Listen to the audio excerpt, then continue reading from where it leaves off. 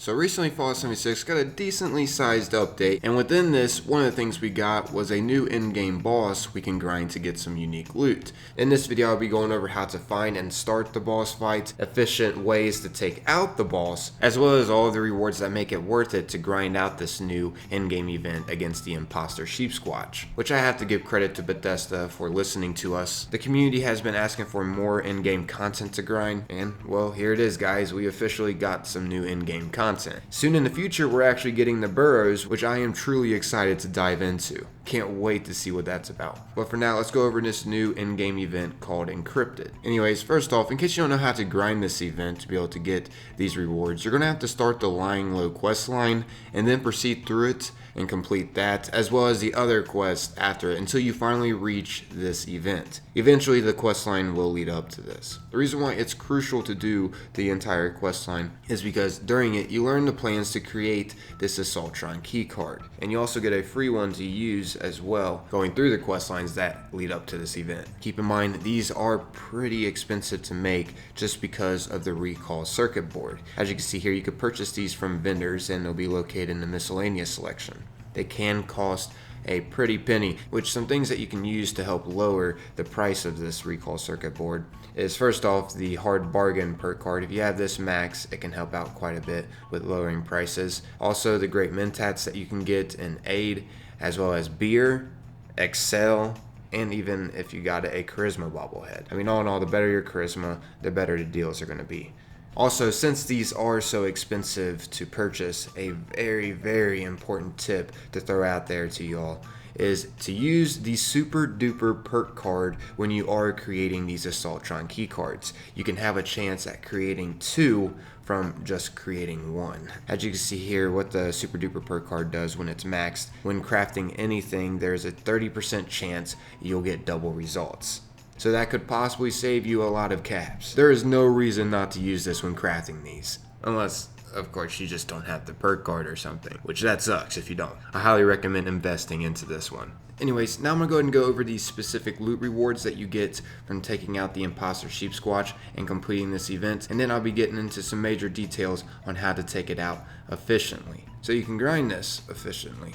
Anyways, now, as for the specific loot rewards, you are guaranteed a legendary, and since it is a 3-star legendary enemy, we do have a chance at a better legendary to drop. 1-star legendaries can still be dropped from the Imposter Sheepsquatch, but the odds are higher for us to get a 3-star legendary because it's a 3-star. Now, you can get all kinds of good legendaries too from this fight. As you can see, I got an explosive dragon from here.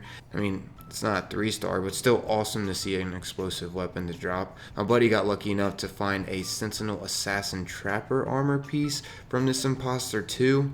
No joke, absolutely mind-blowing. He got really lucky. In case you don't know what Sentinel is, it gives you more damage resistance while you stand still, and Assassin gives you even more damage resistance against players. So a full set of this can make you pretty much unstoppable. I'm sure you probably have seen a full set of this in action in survival. And not to mention, I was even encountering the regular enemies as legendary 3-stars, sometimes even before the fight. As you can see here, I got a 2-shot plasma pistol from taking out the enemies outside of this cabin before starting this event. Like, what the heck? I mean, you get the point. You can get some really good legendaries from this fight. Now, for the actual event rewards from completing the Encryptid event, you have a chance at the new Fixer weapon plan to be able to craft it, as you can see here. You can also get power armor plans too, as well as the Sheepsquatch imposter helmets and body apparel.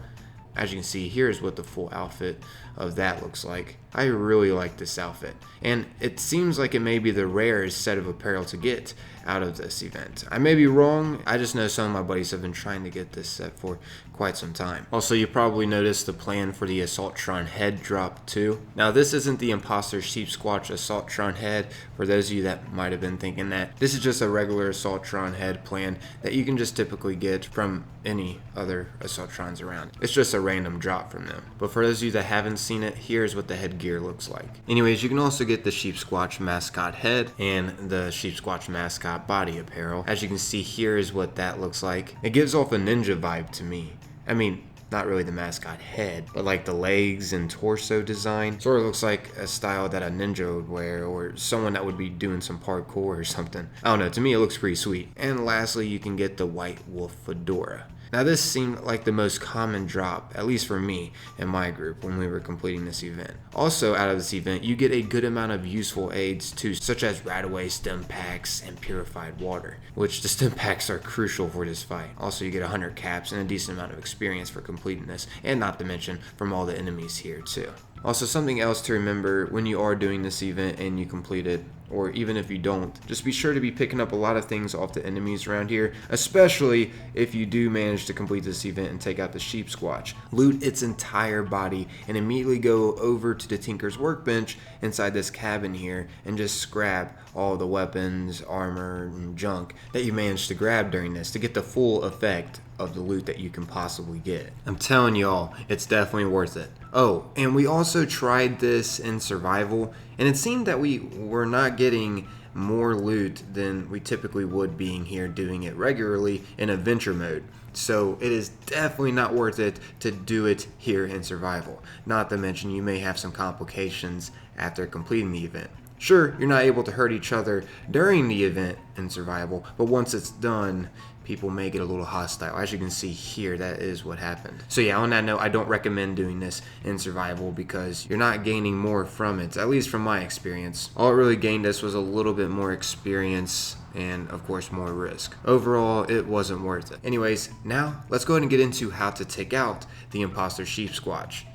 So first thing, let's go over the perk cards before actually getting into the fight itself. There's some pretty important perk cards to look into to make this fight a whole lot easier. You want to invest into, most importantly, Team Medic. Someone should always be sharing this on the team in this fight because it helps so much with staying alive, especially if you're activating conduits. I'll get more into that here in a bit. As you can see, Team Medic heals nearby teammates. So as long as someone is sharing this on the team, that means everybody is going to be sharing stim packs with one another, which helps out a ton with staying alive, like I mentioned before. Also, I suggest investing into first aid. This will make it so your stim packs heal more, so you'll get more bang for your buck. Now keep in mind, you can have a teammate maybe share this. You don't technically have to invest into it. All I'm saying is this is another good perk card to be using in this fight. Also, another good one is Quack Surgeon. This will make it so you can revive teammates with alcohol, so you won't have to technically waste as many stims.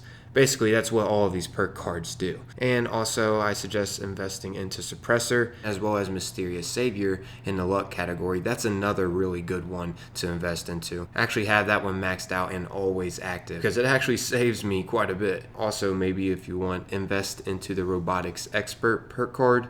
This will make it so you can hack the robots here, including the Imposter Sheepsquatch, for a temporary time. So while the Imposter Sheepsquatch may be invisible, you could temporarily hack it so it doesn't damage any of the players around until the players start attacking it. But players technically shouldn't be attacking the Imposter Sheepsquatch whatsoever when it's invisible. They're wasting their time. But yeah, I'm not going to be going over like the damage perk cards because all of our setups are different on what type of weapons we are using. These perk cards, however, will benefit everyone during this fight, no matter what the weaponry. Of course, don't get me wrong, there's other perk cards you can look into, but these were personally some of my favorites. Let's go ahead and get into the actual fight now. First off, this is going to be a pure robotic fight. There will only be robotic enemies, so a very helpful armor set to be on the lookout for this fight is the Troubleshooter's armor set. As you can see here, each piece will give you negative 15% damage from robots. So this will definitely help out with damage resistance against the robots. Think about it. You get a full set, that is negative 75% damage against them. That's quite a bit, and Troubleshooter isn't really that hard to come by, so that's the reason why I'm recommending investing into this armor set. Also, I feel like more players will be able to get their hands on this a bit easier than, say, like Cavalier or Sentinel, of course. But anyways, as for the fight itself against the Imposter Sheepsquatch, when you do start up this event, you will notice after a while you will be able to interact with these conduits. At first, there will be electricity surrounding them. Now, when you do activate these conduits, they will slowly drain your health. Keep that in mind. So don't go activating all of these conduits unless you have plenty of stim packs to use to keep your health up, because if you try to activate all of these, your health is going to be draining really fast. Don't get me wrong, it's possible to survive, but it's just not the smartest to do. What you want to try to do is specify a conduit to one player each. There is a total of 3 of these around that we have to interact with, and try to be safe from the Imposter Sheepsquatch. Basically, the longer the players that are interacting with the conduits survive, the more damage that's going to be dealt against the Imposter Sheepsquatch. Because if you don't have this active, it will be invisible. And like I mentioned before on how you can hack this with the Robotics Expert perk, you don't want to be shooting it while it's invisible. It's not vulnerable then. I see way too many players doing this. I'm not giving you all a hard time, I'm just letting you know the only time the Imposter Sheepsquatch is vulnerable to be attacked is when it's not invisible. You'll actually see it pop up on the screen.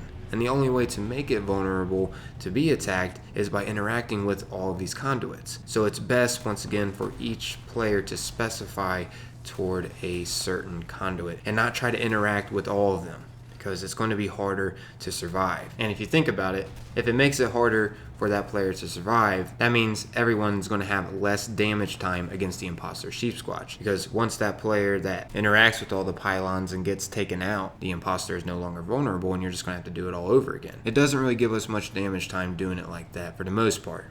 I'm not saying it's impossible to do it like this, once again. So yeah, that's basically the concept of this fight. I guess that's wrapping up this video, everybody. I went over pretty much everything for this event to help out players, hopefully, because while I was grinding this event, I saw a lot of confusion from a lot of players, and not to mention some people that I was even playing with were confused. So I thought taking my time making this would actually help out the community. I did have this planned to be uploaded yesterday.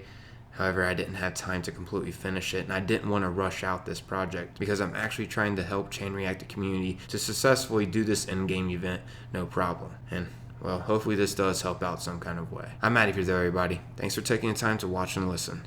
Until next time, peace.